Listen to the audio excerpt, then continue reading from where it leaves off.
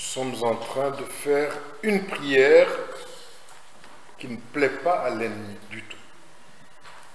Une prière qui fait trembler le monde de nos ennemis, invisible comme visible. En disant « Jésus, remplis-moi de toi », nous sommes en train de mettre l'autre monde en bras. Maintenant, vous allez vous asseoir. Vous étiez debout depuis une heure. Merci.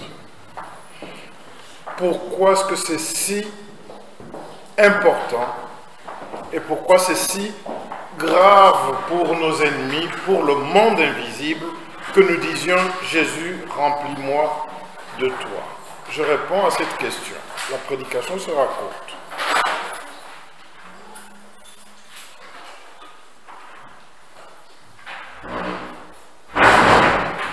Pourquoi est-ce que j'ai dit que cette prière est une prière trop forte pour le monde invisible? Les Juifs demandent des miracles. Les Grecs demandent la sagesse. Les Juifs, avec leurs prophètes, ils connaissaient ce dont Dieu était capable, ils savaient. Dieu faisait des miracles au travers des prophètes. Les Grecs, avec leurs philosophes, ils savaient ce qu'on appelle sagesse. Les Juifs demandaient des miracles. Les Grecs demandaient la sagesse, Sophia. Mais Paul prêchait, annonçait, pas les miracles. Et pourtant, il en a accompli. Pas la sagesse des hommes. Et pourtant, il était rempli de sagesse aussi, lui qui a discuté avec des philosophes. Par contre, qu'est-ce qu'il prêchait? Christ crucifié. Scandale pour les Juifs, parce qu'il n'a pas fait de miracle sur la croix et il est mort. Et folie pour les païens, pour les Grecs, qui n'ont pas trouvé en lui ce qu'ils pensaient trouver. Mais, voilà pourquoi je vous dis que cette prière que nous avons faite et que nous devons encore faire est importante. Mais Christ est puissance de Dieu et sagesse de Dieu pour ceux qui sont appelés, tous alors, juifs et grecs. En disant « Remplis-nous de toi », nous disons « Nous voulons qu'en nous soit la puissance de Dieu ». En disant « Remplis-nous de toi », nous disons « Qu'en nous soit la sagesse de Dieu ». J'étais en train de lire 1 Corinthiens. Ce texte-là se trouve dans 1 Corinthiens au chapitre 1, au verset 24. Christ crucifié, le message de la croix est puissance de Dieu. Le message de la croix est sagesse de Dieu pour ceux qui sont appelés. Pour vous qui êtes appelés, Christ en vous veut dire puissance de Dieu en vous. Christ en vous veut dire sagesse de Dieu en vous. Il y avait tout à l'heure, j'avais demandé que soit projeté un texte de Proverbes, dans le livre de Proverbes, au chapitre 28, verset 26. Oui, je voudrais qu'il revienne, ce texte. Celui qui a confiance en son cœur est un insensé. Mais celui qui marche dans la sagesse est délivré. Il sera sauvé. Christ, puissance de Dieu. Christ, sagesse de Dieu. Et notre prière, c'était « Remplis-nous de toi ». Donc, vous avez compris ce que nous avons demandé, c'est que Dieu nous remplisse de ce qui n'est pas dans le monde. Cette parole de Proverbe, Je n'y entrerai pas comme je l'avais préparé, entrer dans la sagesse qui est dans les livres de sagesse dans la Bible. J'aimerais que nous restions collés à cette prière que nous avons faite. L'Esprit me vienne en aide pour que cette parole nous rapproche de ce que nous avons demandé et nous maintienne dans ce que nous avons demandé, parce que c'est notre Dieu qui est fidèle à sa parole et il accomplit sa parole. Marcher selon son cœur, dans l'entendement des Juifs, c'est marcher selon tout ce que nous pouvons avoir, comme intelligence, comme sentiment, comme émotion. Et j'ai bien aimé que Alain nous interpelle sur l'amour. Parfois c'est le contraire de l'amour qui est dans notre cœur. Marcher selon son cœur, c'est marcher selon tout ce qu'il y a d'humain en nous. Et dans notre cœur, il n'y a pas que de bonnes choses. Dites-moi pour une fois au moins que j'ai raison. Dans notre cœur, il n'y a pas que de bonnes choses. Alors, si nous ne marchons que selon notre cœur, voilà, la parole nous déclare insensés. C'est-à-dire nous ne sommes pas dans le bon sens qui conduit à l'éternité. Mais celui qui marche dans la sagesse, c'est intéressant, il sera sauvé, il sera délivré, parce qu'il marche dans la sagesse. Marcher, c'est être en mouvement. On ne marche pas assis, on ne marche pas couché. Marcher, c'est vivre. Marcher, c'est accomplir. Vous savez, quand Christ a parlé on dit a guéri, mais quand il a parlé à cet homme qui était couché sur son grabat, il lui a dit, lève-toi, prends ton lit et marche. Lève-toi, deviens un homme debout.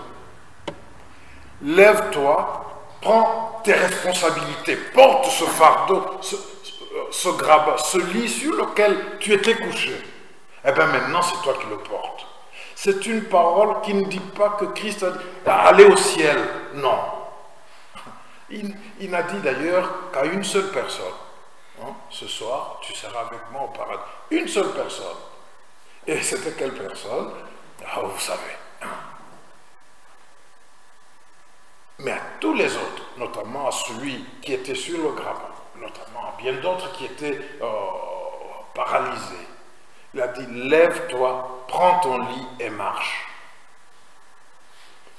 Lève-toi, deviens homme, debout, qui prend ses responsabilités, marche, va vers l'autre. Deviens l'homme pour les autres. Parce que quand on est couché sur le lit, les gens viennent parfois avec des sentiments de gêne. Ils regardent, ils sont gênés. Je pense que vous avez déjà été gêné vous-même, ou vous avez vu les gens gênés devant les pauvres, les malheureux qui sont là, ils sont gênés, ils ne regardent pas longtemps. Mais quand Christ vient, il dit, marche, lève-toi, prends ton lit, marche, deviens quelqu'un dans ta famille. Marche, deviens quelqu'un dans cette société. Marche, deviens quelqu'un qui apporte la vie que je lui ai donnée à d'autres. Deviens l'homme pour les autres. Quand Christ délivre, c'est pour qu'on devienne ceux qui marchent pour lui, qui apportent la vie à d'autres. La parole du proverbe dit, celui qui marche dans la sagesse. C'est comme si le lieu de la marche était la sagesse. Mais ça, on pourrait aussi entendre le moyen, hein, tout ce qui entoure la marche, c'est la sagesse. Et pas le cœur, pas notre cœur. Parce que vous savez ce qui peut sortir de notre cœur. Ce qui peut être mijoté dans notre cœur. Même à côté de celui qui est à côté de nous. Oh, il est juste à côté, mais ce qui bouillonne dans le cœur, Dieu le sait. Et c'est pourquoi il dit ne pas marcher selon son cœur, sinon on est un insensé. On est celui qui a raté le chemin et qui avance, oui, qui avance vers la perdition. Dans la sagesse, on aura même un tout petit peu à demeurer. Nous avons lu autrefois dans l'évangile de Jean. Celui qui garde mes commandements, je demeure en lui. Et il demeure en moi. Celui qui dit cela, c'est Jésus. Et je vais le souligner tout à l'heure, nous l'avons lu. La sagesse de Dieu, c'est Jésus. Que Jésus vienne demeurer en nous, voilà la sagesse qui demeure en nous. Que nous demeurions en Jésus, voilà une option que nous aurons prise pour ne pas laisser notre cœur conduire toutes nos décisions, tout ce que nous devons faire dans cette société, dans la famille, dans l'église, ne pas laisser notre cœur seul nous guider. Demeurer en Jésus, c'est le laisser conduire. Le laisser inspirer. Quand je dis laisser conduire, vous pourriez penser qu'il nous impose, qu'il nous oblige. Non. Il n'y a pas plus gentleman que lui. Mais quand il est là, il montre ce qu'il faut faire. Et c'est à nous de choisir. Alors que quand nous marchons uniquement selon notre cœur, et on est parti. On est mal parti. On ajoute mal au mal. Vous connaissez l'histoire du roi David. L'une de ses histoires, il en a tellement vécu, le roi David. Il a commencé par quoi? Par l'oisiveté. Tout un roi, la peinard comme ça sur sa terrasse, en train de... Et l'oisiveté a engendré quoi? Ce qu'il a vu. Qu'est-ce qu'il a vu? Une jolie femme de quelqu'un d'autre qui se baignait, je ne sais pas comment était leur douche là-bas, c'est un peu comme les Kikos de Kinshasa, ou je ne sais pas où on peut regarder d'en haut et voir quelqu'un d'autre qui est dans ce hameau-là derrière lequel on se lave. On va de mal en mal selon notre cœur.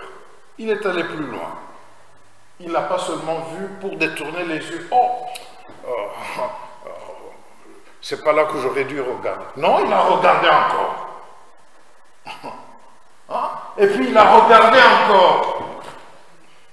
Le roi David a regardé encore. Et il est allé encore plus loin. Et quand on est conduit par le cœur, on peut aller du petit mal au plus grand, et ainsi de suite. Et puis il est descendu, il a donné des ordres parce qu'il pouvait. Cherchez-moi, c'est la femme de qui? C'est la femme d'Uri. Mais c'est qui Uri? C'est le caporal, là, il est à la guerre. Ah bon? Allez, faites-la venir. Il est allé plus loin, jusqu'à avoir le bébé là qui est mort, vous connaissez l'histoire. Marcher selon notre cœur peut nous conduire sur la voie qui n'ajoute que le mal sur le mal. Mais marcher dans la sagesse, marcher dans le Christ, Christ en nous et nous en lui, la voie de l'Esprit nous ramène à la vie. C'est pourquoi je dis, notre prière de tout à l'heure, remplis-nous de toi, est une prière qui fait trembler le monde des enfers qui aurait voulu nous attendre, que nous tombions dans les enfers. Je dis, bon, en demandant ça, ils ont échappé. Qu'est-ce que c'est? Ils demandent ce que nous, on ne peut pas leur arracher. Que le Fils de Dieu soit en eux et qu'eux soient en lui. Mais nous n'y pouvons plus rien. Pourquoi? Parce que maintenant, tout ce qu'ils vont demander, il va l'accomplir. Hein? C'est ce que nous avons eu dans la première partie du culte. C'est dommage, on voulait les avoir pour toujours, mais maintenant que Christ est en eux, maintenant que la parole est en eux, maintenant qu'ils sont obéissants à leur Dieu, ce qu'ils vont demander en son nom, il va le faire, alors qu'on aurait voulu qu'ils grincent toujours les dents, qu'ils aillent de défaite en défaite, d'échec en échec. Maintenant qu'ils ont demandé d'être en Christ, mais il va les exaucer. Qu'est-ce que nous... Cette prière n'est pas une petite chose que nous avons faite ce matin. Elle est très importante parce que avoir Christ en soi, c'est avoir la puissance de Dieu en nous, c'est avoir la sagesse de Dieu en nous, plus encore. Maintenant, on peut revenir à Corinthiens. Heureusement qu'il Brad est allé en congé, c'est un spécialiste qui peut y aller. 1 Corinthiens 1, maintenant verset 30, on a vu 26, 30. Christ en nous, en plus de la puissance de Dieu, de la sagesse de Dieu, il nous a dit ceci. Or, c'est par lui que vous êtes en Jésus-Christ, lequel, de par Dieu, a été fait pour nous sagesse, justice, sanctification et rédemption. Vous voyez ce qu'est Christ pour nous, par Dieu. Christ est par Dieu sagesse. Alors quand nous disons remplis-nous de toi, le monde invisible tremble, dit ils ont échappé. Parce que maintenant ils auront la sagesse en eux. Ce monde tremble parce qu'il veut toujours nous accuser. Nous avons péché, nous avons été mauvais, nous étions des minables, des chrétiens minables. C'est ce que le monde veut. Mais cette parole nous dit, Christ est devenu justice de Dieu pour nous. Et voilà que nous sommes justes. L'ennemi veut nous accuser, c'est cela même son nom. Il veut nous accuser, hein? Nous rappeler combien nous sommes minables, combien nous avons péché, nous avons convoité, nous avons volé, nous avons menti. Il veut nous rappeler. Mais cette parole nous dit que Christ en nous, c'est la justice. Nous sommes justifiés par son sang. Christ en nous, c'est la sanctification. Christ en nous, c'est la rédemption. Rédemption, c'est encore un mot barbare. Moi, je n'entends jamais les gens parler de rédemption. Quand nous parlons entre nous, là, on se dit rédemption, rédemption. Non, c'est un mot barbare. Rachat, délivrance. Là, au moins, on peut comprendre. Christ est notre délivrance. C'est celui qui a payé la rançon pour que nous soyons délivrés.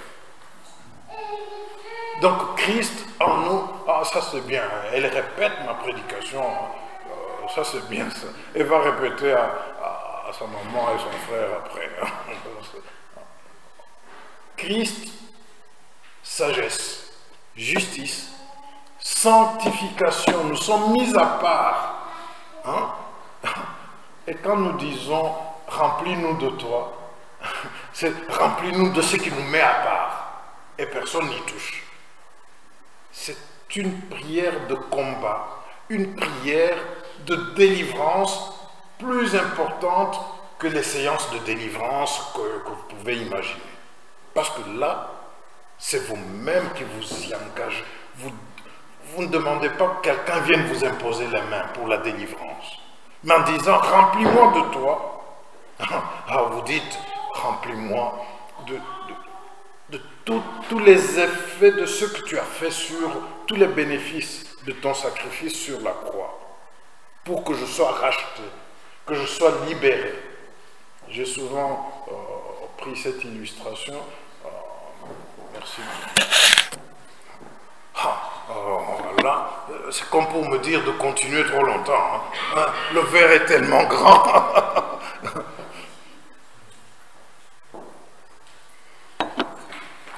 Mais, pour une fois, je tiens ma parole. Je ne veux pas être trop long pour ne pas perdre le lien avec notre prière du jour. Remplis-moi de toi. Je disais, remplis-moi de toi, toi qui es rédemption, de par Dieu pour moi, toi qui es celui qui paye la rançon pour que je sois libéré, est une grande déclaration de combat, on dit combat spirituel ou tout ce que vous voulez, c'est une grande déclaration que de dire, toi à moi, me voici déjà racheté, me voici déjà libéré. Fais alors que les bénéfices de ton sang qui a coulé sur la croix deviennent manifestes pour moi. Remplis-moi de toi est une prière très profonde qui touche à notre santé, à notre famille, à nos projets, à nos affaires, à nos entreprises, à ce que remplis-moi de toi. C'est quelque chose de fondamental et c'est le commencement de tout. De tout jusqu'à l'éternité. S'il vous plaît, pas de tout jusqu'au troisième âge, jusqu'à ce que j'aille dans le home. Moi, il ne m'attire pas beaucoup, hein, le home, vous savez. Hein. Pas tellement. Si ça vous attire, bon, je pense que c'est peut-être la pensée du cœur, hein, c'est encore le cœur qui projette. Oui, quand je serai au home, que je serai dorloté, on fait comment, maman Eugénie, j'allais te demander comment ça se passe. Non, c'est peut-être le cœur hein, qui nous fait aimer le home. Dire on va comme ça jusqu'à ce qu'on aille au home. Et puis quoi après? Non, c'est de dire le bénéfice de ton sang qui a coulé sur la croix soit pour moi aujourd'hui manifeste, aujourd'hui. Parce que demain ne m'appartient pas. Notre petit frère là qui est à la morgue, il avait 51 ans. Le lendemain ne nous appartient pas. Aujourd'hui, dans ce que je suis aujourd'hui, dans ce que je fais aujourd'hui, dans ce qui me préoccupe aujourd'hui, je veux, Seigneur, que le bénéfice de ton sacrifice sur la croix soit manifeste. Car tu as été fait puissance de Dieu, sagesse de Dieu, justice pour moi qui suis injuste, sanctification pour moi qui suis impur par ce qui sort de mon cœur, délivrance par ce que tu as subi sur la croix. Seigneur, remplis-moi de toi afin que je sois délivré. Remplis-moi de toi afin que je sois sauvé. Remplis-moi de toi afin que ma vie soit la gloire de Dieu. Hein? Elle-même, rien que ma vie glorifie Dieu. Remplis-moi de toi afin que mes prières ne soient limitées par aucune autre chose visible ou invisible. Qu'elles montent jusqu'au Père, qu'elles soient exaucées. Remplis-moi de toi afin que je ne cours pas partout pour être délivré, mais que je proclame toujours ta délivrance et que je la vive. Remplis-moi de toi, Seigneur. Cela est ma prière. La parole du proverbe nous enseigne cette vérité. Celui qui marche dans la sagesse sera sauvé. Celui qui marche dans la sagesse sera sauvé. Et je vous l'ai dit autrefois, dans les écrits juifs, ce qu'ils disent de la sagesse est ce que le Nouveau Testament dit du Fils. Ça, c'est quelque chose qu'il faut que vous reteniez. Ce qui est dit de la sagesse, dans les écrits des Juifs, c'est ce qui est dit du Fils. Alors, je vous donnerai un exemple, mais pas pour nous distraire, nous amener très loin, mais vous comprendrez que nous ne mettons pas tellement de lien entre la sagesse et le Fils, écoutez ce qui est dit du Fils. Dans Hébreux 1, 1 à 4. Et c'est d'ailleurs une seule phrase. En grec, c'est une seule phrase, c'est 4 versets. Après avoir autrefois, à plusieurs reprises et de plusieurs manières, parlé à nos pères par les prophètes, Dieu, dans ces derniers temps, nous a parlé par le Fils. Et tout ce qui suit, pour les Juifs, c'est la sagesse, par lequel il a aussi créé les mondes.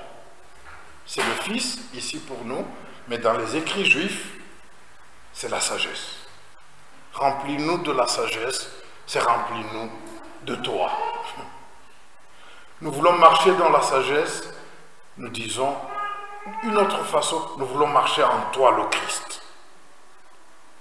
C'est par lui qu'il a créé les mondes et qui, étant le reflet de sa gloire, chez les Juifs, la sagesse est le reflet de sa gloire, l'empreinte de sa personne, de la personne de Dieu. La sagesse de Dieu est l'empreinte de sa personne dans les écrits juifs. Elle soutient toutes choses par sa parole puissante. Dans les écrits juifs, c'est par la sagesse de Dieu que tout se maintient dans l'ordre tel que nous le connaissons dans l'univers.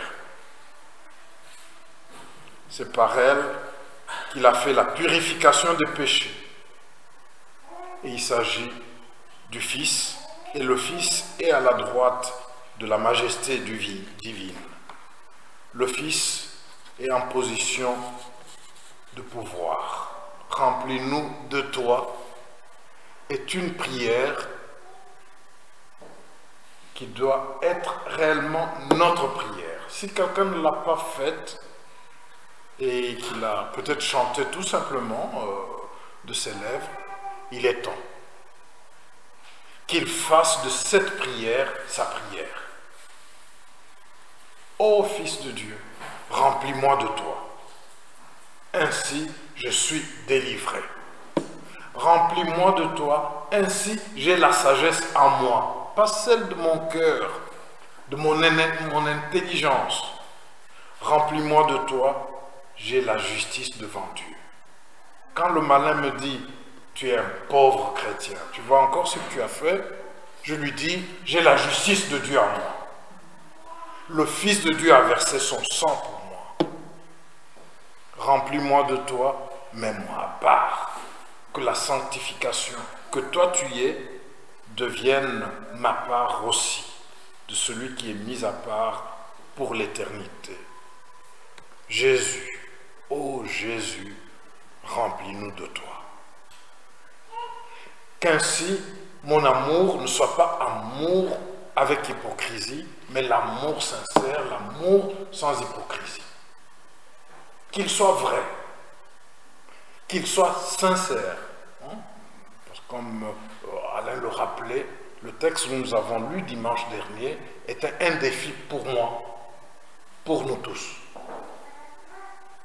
Que d'être vraiment dans l'amour pour l'autre. De sorte que, quelle que soit, ça c'est la parole de Jean, la chose que vous demandez, elle vous sera donnée. Parce que vous êtes dans l'amour. Et Christ est l'amour de Dieu manifesté, pas l'amour de Dieu raconté. Jésus, ô Jésus, remplis-nous de toi, afin que nous vivions ta délivrance. Dans tout ce que nous sommes, dans notre corps, dans notre famille, nous voulons voir ta délivrance. Dans nos projets, dans ce que nous faisons, nous voulons voir ta rédemption. Remplis-nous de toi pour que le monde voie que le Dieu que nous adorons est vivant. Amen. Amen. Nous allons prier maintenant à haute voix. Vous avez prié de différentes manières. On va prier à haute voix parce que les enfants ne vont pas venir tout de suite. On ne les a pas envoyés dormir pour faire les choses des grands. mais on fait les choses des grands maintenant. Hein? Demandez, et cela vous sera donné. Nous avons demandé qu'il nous remplisse de lui. Maintenant, nous pouvons reprendre cette prière et ajouter encore d'autres choses que nous voulons voir s'accomplir. Parce que c'est sa parole. Et selon sa parole, nous pouvons aller plus loin. Dieu ne nous a pas appelés à rester couchés sur la nappe. Hein? Lève-toi, prends ton lit et marche, va vers les autres, toi qui as été délivré. Pour introduire ma demande, hein, j'en ai plusieurs, l'une que je vais faire à haute voix, vous allez la faire avec moi. J'ai eu un entretien, je pensais que c'était un quart d'heure, mais finalement de 2 heures, avec un pasteur d'une grande église brésilienne à Bruxelles. L'une de mes filles ici,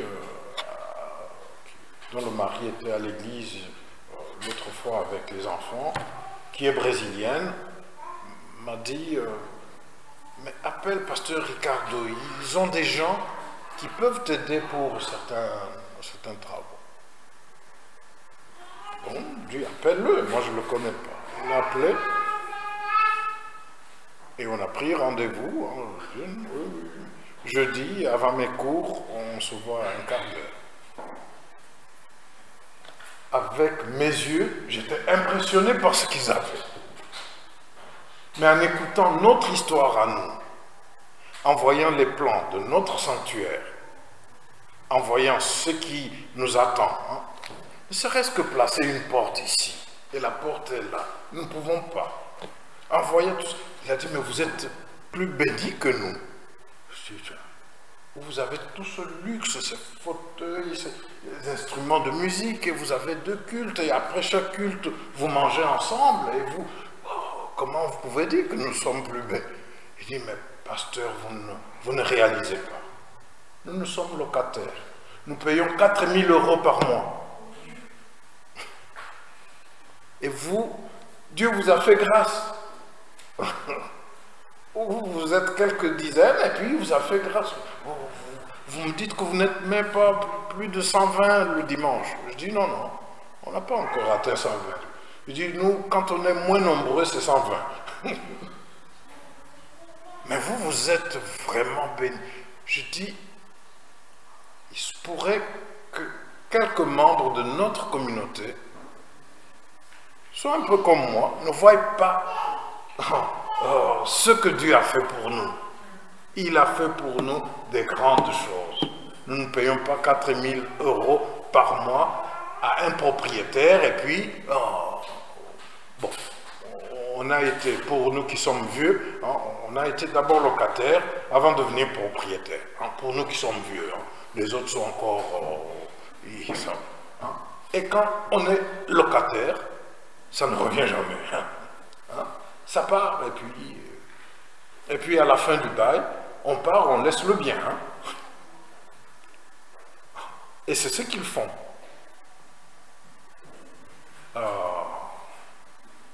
Et quand je lui ai dit finalement, est-ce que quelqu'un peut venir? Il me dit, parce que vous êtes bénis, je pense que vous avez des choses à nous donner. Les 2 heures d'entretien n'ont plus porté sur mes besoins à moi, ma porte à mettre, hein, non, mais sur ce que notre Église peut leur apporter. Pour aller former les formateurs. Je dis, mais vous avez... Mais c'est pas possible. Et puis toi-même, tu es pasteur là-bas. Et moi, je n'étais jamais entré en contact avec un professeur d'université et Dieu t'envoie chez moi. Vous voyez? Moi, je suis allé pour lui demander un charpentier. Il me dit, Dieu t'envoie chez moi pour les besoins qu'il y a dans mon église. Eux qui ont 4 000 € à donner chaque mois au propriétaire. Vous comprenez? Alors, ma prière est celle-ci. Seigneur, nous avons dit, remplis-nous de toi maintenant. Envoie des serviteurs et des servantes dans cette église. vous savez, ma jeunesse n'a pas de...